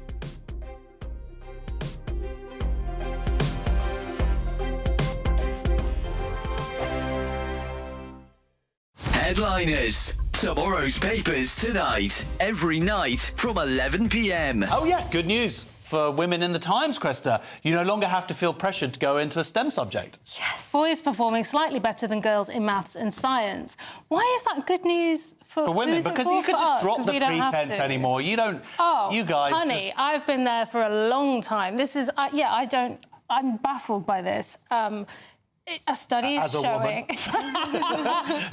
There's lots of statistics in the article. I will take it if there are going to be some competent men. What they're doing here is growing some competent men for the future. Great, love it. Let's not have problematic boys going around doing knife crime. Let's have boys that like maths. Fine. But I can't understand why this has changed. So they measured it in 2019 and boys and girls were kind of neck and neck. And then more recently, boys are jumping ahead. So what's changed? You know what? You've just proved the article, and we don't need to get into the specifics. How rude. There's so many graphs, so many statistics in this.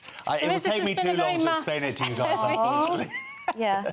No, I'm delighted by this because let boys have something. Let them have, you know, girls have been out before. I used to work in schools. I was a teacher, and schools are matriarchies. They can sometimes almost be toxic matriarchies, especially primary school, where boys are encouraged to sit down, colour in, be quiet, don't move around. It's kind of feminized. And I mean, then we're always under pressure to have girls in STEM. Even as young as 5, as a teacher, I was told to intervene when the children are playing with Lego. You'll see that the boys build a huge tower right up to the sky, and then the girls will just build a tiny little house, and then their Barbies will play in them. Now, as a teacher, you have to go over to those little girls and tell them, would you not like Barbie to live in a skyscraper? Come on. that you build and design. GB News, the People's Channel.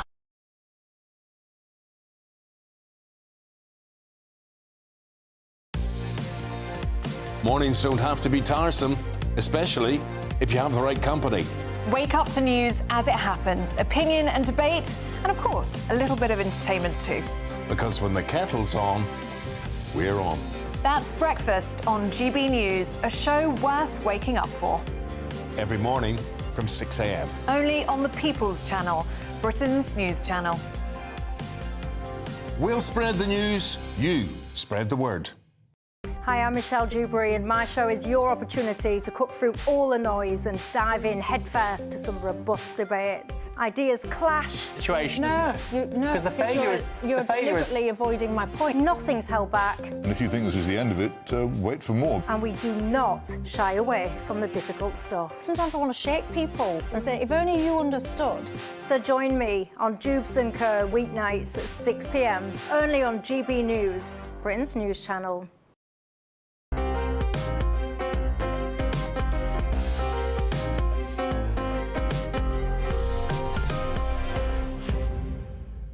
Welcome back to Sunday with Michael Portillo. Earlier this week, the last surviving member of The Few, group Captain John Paddy Hemingway, died aged 105. The Few was the term coined by Sir Winston Churchill, with a little group responsible for defending our shores by flying against the Luftwaffe during the Battle of Britain in World War II. Joining me now to reflect is historian Oliver Webb-Carter. Oliver, great to see you. He was really an extraordinary figure. I mean, his survival rate was astonishing. He survived, what, 4 bailouts and I think 1 more air crash. That's extraordinary. Yes. 2 of those bailouts into the sea as well during the Battle of Britain. But yes, first bailout in the Battle for France. He had arrived in France for the phony war, and really, I think I remember, I recall reading, he remembered life would never be the same again as he ran to his Hurricane for the first time in September '39 for a sortie, which he didn't actually reach the air, but he realised then the whole world had changed. And yes, to be shot down 4 times is... I mean, he said he was very lucky, but I think he was, particularly during the Battle of Britain, when on 2 occasions he landed in the sea and was very lucky to survive. I can't believe how long his career was, in the sense that, you know, survival rates were so low at the time. So he's present in France at Dunkirk. He's giving supporting cover at Dunkirk. He cooperates in the evacuation of France. Then he's in the Battle of Britain, but he's still flying on missions in 1945, I think. Yes. It's an extraordinary period of service. Yes, in Italy. But he spoke about that, actually, and quite movingly, because he spoke about how the experienced pilots, I mean, with the attrition rate, particularly during the Battle of Britain, inexperienced pilots would be shot down and therefore more likely to be killed. And it's sad to hear him speak about the breakfast table in the morning with empty spaces where pilots had sat before. But yes, he did speak about how, you know, it was that knowledge and the, you know, the skills learned in air combat that kept him alive. Yes, you touched upon something very important there. I mean, we think of these people's bravery, but the trauma that they must have suffered by losing friends, and he felt the loss of friends, of colleagues, very keenly, I think.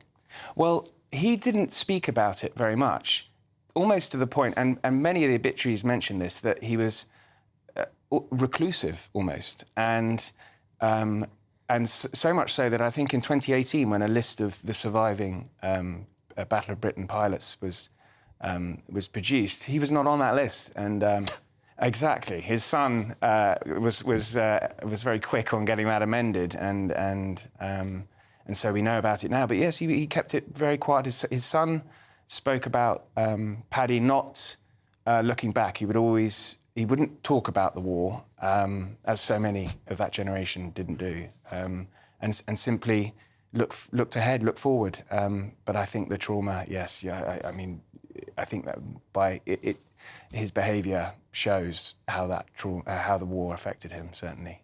Let's broaden it out to the generation, to the few.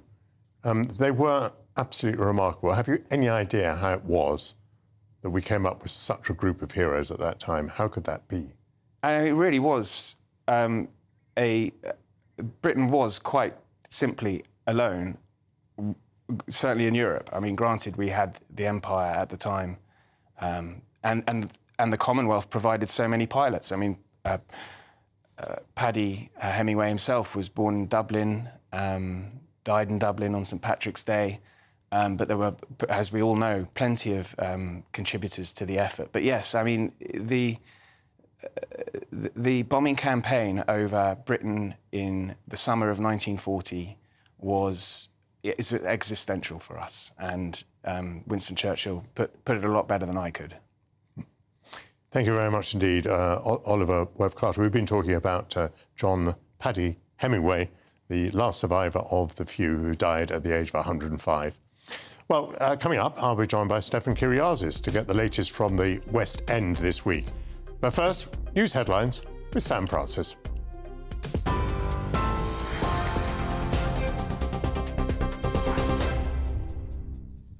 Very good afternoon to you from the newsroom just after midday. The top story this hour, an urgent investigation has been launched into the substation fire that caused mass flight cancellations at Heathrow Airport earlier this week. Energy Secretary Ed Miliband says the probe will examine the UK's energy resilience to prevent it from happening again. Thousands were stranded after nearly 1,400 flights were disrupted and over 16,000 homes lost power. Counter-terrorism police are now leading inquiries, but they say it's not being treated as suspicious. The airport is now fully operational, and former Transport Secretary Ruth Kelly will be leading a separate review into Heathrow's own response.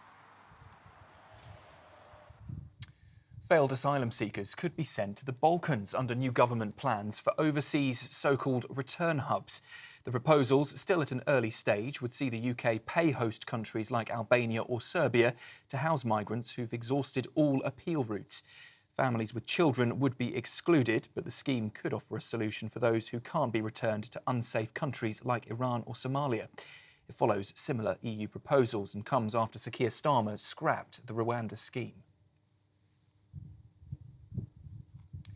The government's planning more than £2 billion in annual cuts to the civil service under major cost-saving drives. Departments will be told to slash spending on HR, policy and office management by up to 15%.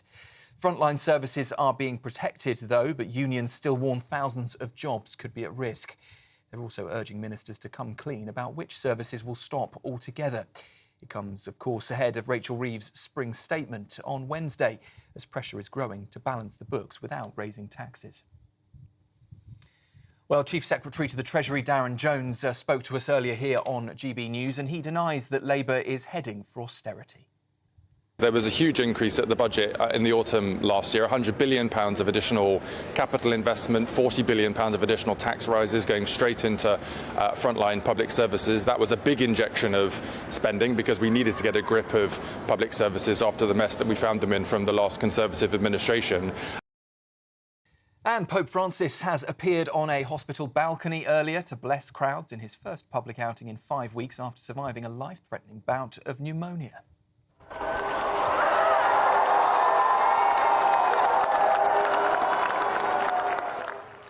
The 88-year-old gave a thumbs up and waved to supporters outside the hospital where chants broke out. His 38-day stay in hospital was sparked by a serious respiratory infection that led to pneumonia in both lungs. Doctors say he'll now return to the Vatican for 2 months of rest. It has, though, eased fears of a possible resignation or even funeral, which had been looming during his extended hospitalisation. Those are the latest headlines. I'll be back with you at the top of the hour, and Michael will be straight back with you after this. For the very latest GB News direct to your smartphone, sign up to News Alerts by scanning the QR code or go to gbnews.com/alerts.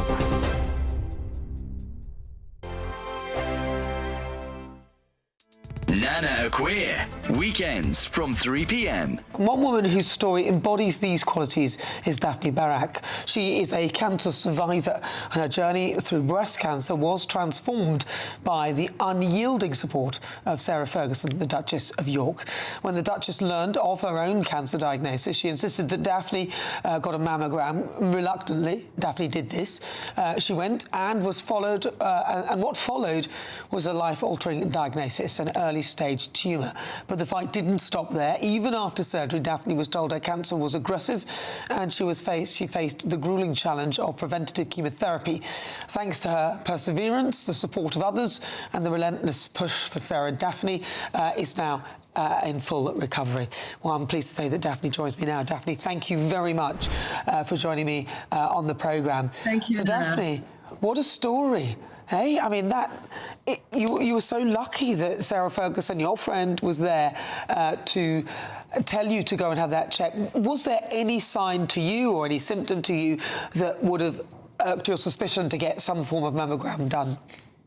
As you know, I'm a very, very busy television interviewer, so it's very easy for people like you and I to be in denial, right? And when Sarah was diagnosed with cancer, nobody knew. Only my husband, Bill, and I knew. And her family, of course, she rang me in the middle of the night. She said, "Oh my God, I have bad news." And when it leaked to the press, when she was going through a big mastectomy, she's so brave. I penned a very personal love letter, which was published on my usual outlets in the UK, The Sun and the Daily Mail. And I just joked, and when Sarah called me in the middle of the night and said I have breast cancer, it wasn't really the perfect time to mention that my mother died from breast cancer. GB News, the People's Channel. Exciting news. Every Friday, my Patrick Christie's Tonight Show is going to have a twist to it. We're welcoming some special guests. You. That's right, on Fridays I'm going to be doing my show in front of a live studio audience because this show is about you and what you have to say. It's going to be the same big debates, same big topics, same big opinions. But every Friday night at 9 p.m, you are invited to come on down to Patrick Christie's Tonight to be a part of the action. Only on GB News, the People's Channel, Britain's news channel. Hello everyone, Patrick Christie's here with an exclusive opportunity just for you, our incredible GB News viewers.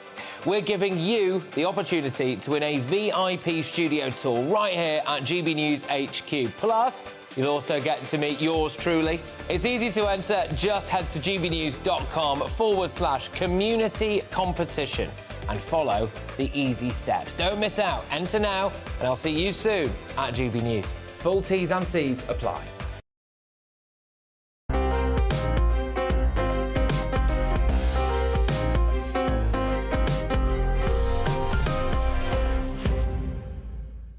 Welcome back to Sunday with Michael Portillo. Rafa joins me, along with Stefan Kyriazis, and they're going to discuss the theatrical wizardry that has been witnessed in this past week. Welcome to you both. Thank you very much.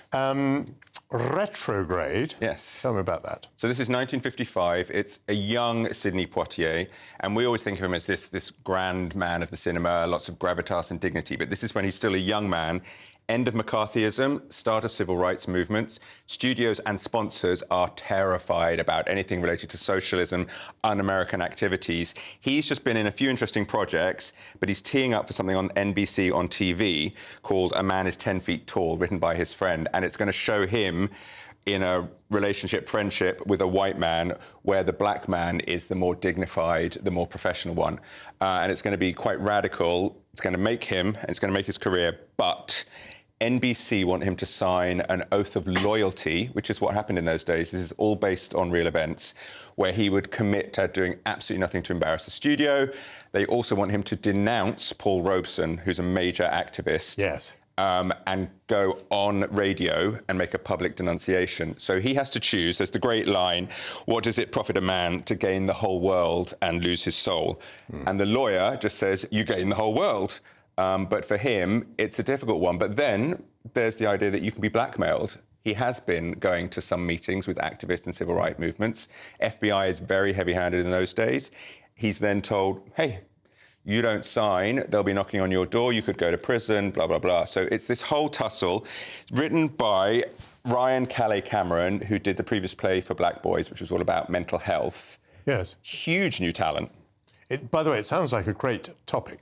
It's fascinating. It's 90 minutes straight through, so it almost plays like a film. It's somewhat self-consciously almost stagey. It does all that rat-a-tat, zingers, backwards and forwards. So heavy subject, but very witty. A lot of the laughs are to do with the lawyer, who we'd all be screaming for HR now, the language and the tactics he uses. But all great performances. Ivana Jeremiah is in the lead, and he really captures the moment. And also, you get topped and tailed real-life voiceovers from Sidney Poitier, so you get a sense of it, and he talks about what he went through. And this is all true stuff. So you're very pleased with this, are you? I really enjoyed it. It's a really entertaining... Is it original to London? It was at the Kiln Theatre last year. It's now on at the Apollo Theatre until June the 14th. Highly recommended.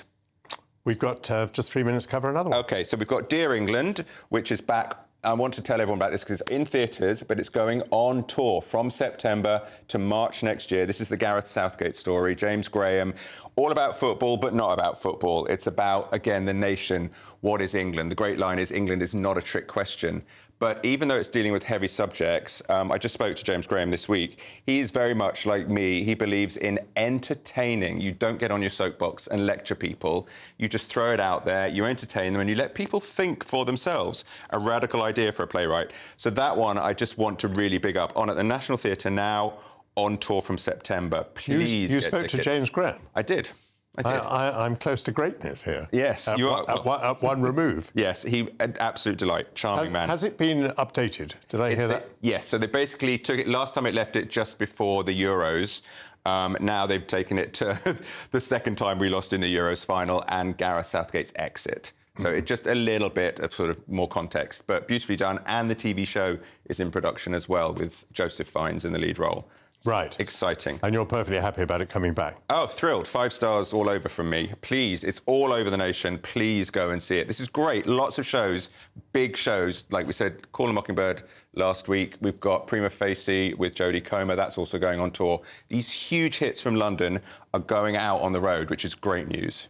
Have you anything else up your sleeve? Very quickly. Dracula, a comedy of terrors. Now, that's on at the Meunier Chocolate Factory, and this is literally the campest vamp you've ever seen, camply vamping around. Again, 90 minutes, no interval. It's a farce. The pictures are probably quite entertaining. This is a very Gen Z vampire who bakes cakes that are gluten-free. And changes gender or not? No, it's still a male vampire. What it is you've only got 5 people in the cast. You can see there the main guy playing Dracula, which is James Daly, who played the role in America. The other 4... play everybody, males, females, whatever. Most of the fun is in them throwing on wigs and costumes, changing voices, literally in the same scene. Hugely entertaining, massively fun. I laughed all the way through, but I think they forget the main thing with comedy is you just can't laugh for 90 minutes. Sitcoms, everything. You need a bit of pathos. You need a bit of humanity, undead or otherwise. So I really loved it. And I want to stress, Meunier Chocolate Factory, for example, top price tickets, $49.50. So, and they constantly have great stuff on there that transfers to the West End. So there is affordable theatre in London. Please keep an eye out. But yeah, it's huge fun, nevertheless. Thank you very much to Rafa and to Stefan. He's ready. And he's off. Coming up, he's off. A new Middle Eastern restaurant is opening in St James's in London, and I'm going to be trying some of its glorious food this Sunday with Michael Portillo, only on GB News. Be nice to escape the grey. Clear skies, here we come. As clear as our travel insurance. All Clear Travel Insurance sponsors GB News Travel Destinations Forecast.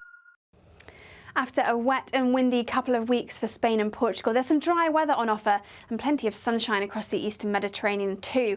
Still some showers affecting the far north of Spain and Portugal, and some heavy downpours across parts of Italy and Croatia over the next couple of days. But across the eastern parts of Mediterranean, parts of Turkey and Cyprus, plenty of sunshine on offer. The best of the sunshine through the rest of the week, though, definitely across the Canary Islands, and highs here likely to reach around 21 or 22. All Clear Travel Insurance sponsors GB News Travel Destinations Forecast. Hello, here's your latest weather update from the Met Office for GB News. We'll see some sunshine across the UK this afternoon, and when the sun comes through, feeling pleasantly warm for the time of year, but equally a fair number of showers around, particularly towards the south and southeast of the UK. That's all thanks to low pressure being close by. A bit of a chilly northeasterly breeze coming in off the North Sea too, keeping some North Sea coasts on the chilly side.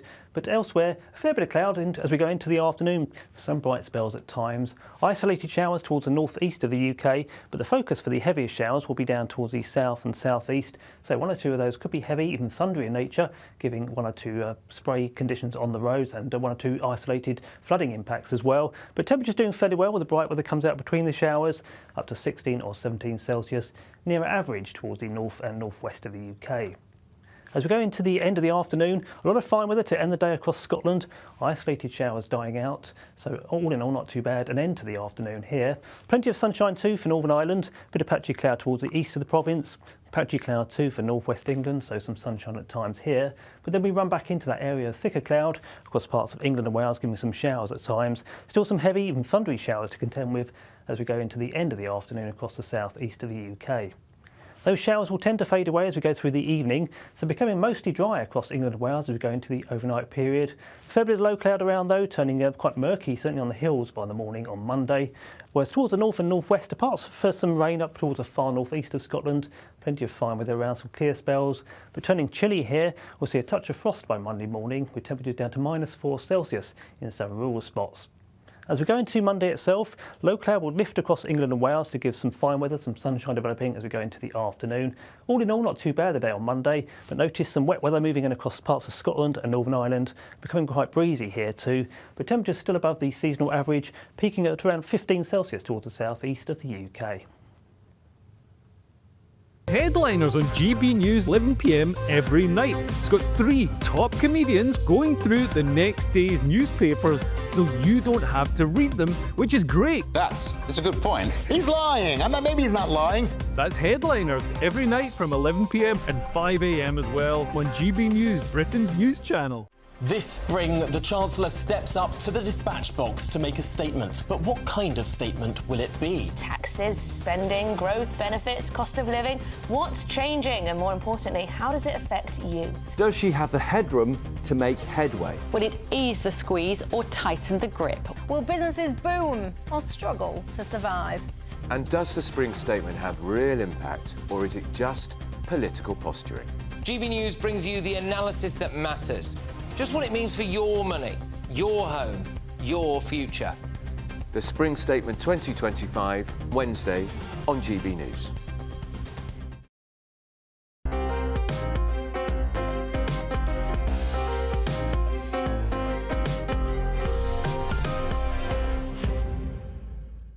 Welcome back to Sunday with Michael Portillo. A new Eastern Mediterranean restaurant has opened in St James's in London. Claro uses seasonal produce for lunch and dinner. It's committed to contemporary Mediterranean food with Middle Eastern influences, aiming to mirror its sister restaurant in Tel Aviv. Chef Shadi Isawi leads the venture, and he joins me now. Thank you so much for being here. Thank you. I'm going to start opening a bottle of wine while I talk to you, and you have selected a Rioja. Well, it's actually the variety itself. It's Viura. It's from Rioja. It's one of the most famous varieties there for white wine. It's 90% Viorant, 10% Grenache Blanc.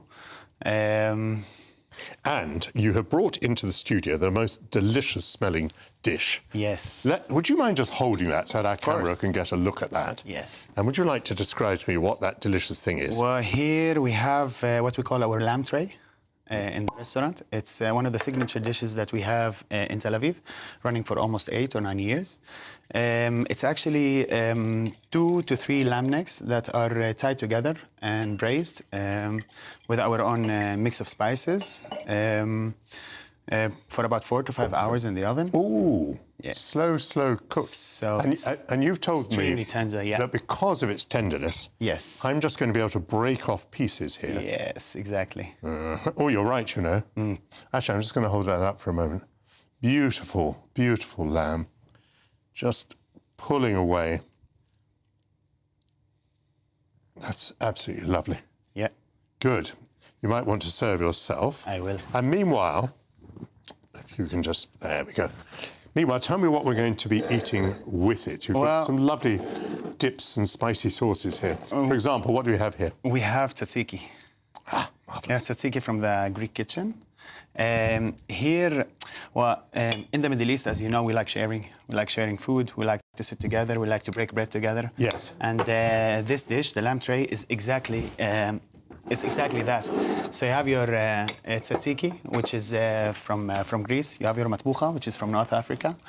You have your lamb, which has the Middle Eastern spices in it, and let's say the European way of cooking it. You have the pickles, which are extremely Middle Eastern, especially the way we pickle them. Now, what would you like me to do with this bread? I would like you to open it. Yes. And fill it in with whatever you would like from the stuff. Now, this is very, very interesting. So you want me to fill that in? Yes. Okay, so I'll take... A little bit of lamb. A little bit of lamb, yes. A little bit of tzatziki, a little bit of matbucha, the herbs. Super, yes. So you, in your restaurant, and indeed in Tel Aviv, you would fill the table with food. Yes. And everyone, all the friends together, would fall upon the food. Is that right? Yes. We really like to share food together. We really like to put the food in the center of the table, and then it becomes, it becomes the center of the table, and everybody is around it. Everybody is sharing. You have hands touching each other. You have bread which is breaking to 2 different people, and yeah. Is that good? That's good. No, we forgot the leaves. The leaves are very, very important. I've got to put those in as well. Yes. Well, you have the fattiness of the lamb, you have the freshness of the leaves, you have the dairy of the tzatziki, a little bit of spiciness from the matbucha, a little bit of sourness and tanginess from the pickles. So it all fits together in one bite. Yes, and we do like to use our hands. So what is it that has brought you to London? You've been successful in Tel Aviv. Yes. Well, we wanted to expand our horizons, and we wanted to, I would call it, conquer another city. And London was a natural choice for us. I truly believe, as a chef, this is the best place to be in right now. Really? London, yeah. And what's the response been? The response has been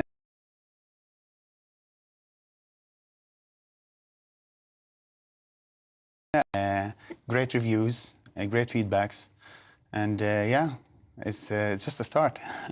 We just started. This is really, really delicious.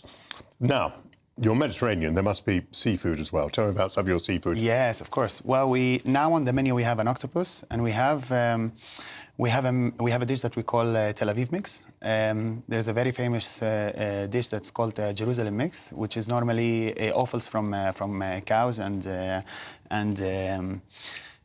sheep that are tossed together with lots of spices. So we did a take on that with seafood, and yeah. I want to wish you every good luck in London. Sounds like it would be absolutely fabulous. That is Shadi Isawe, and the restaurant is called Claro. Yes. And it is in St James's. I'd like to thank all my guests for joining me today on what has been a lively and shape-shifting show, but I hope our springtime conversation has uplifted you and inspired you for another week ahead. I'll be back at the same time next week, but please stay tuned because Dawn Neeson will be here at 1 with The Weekend. Good luck.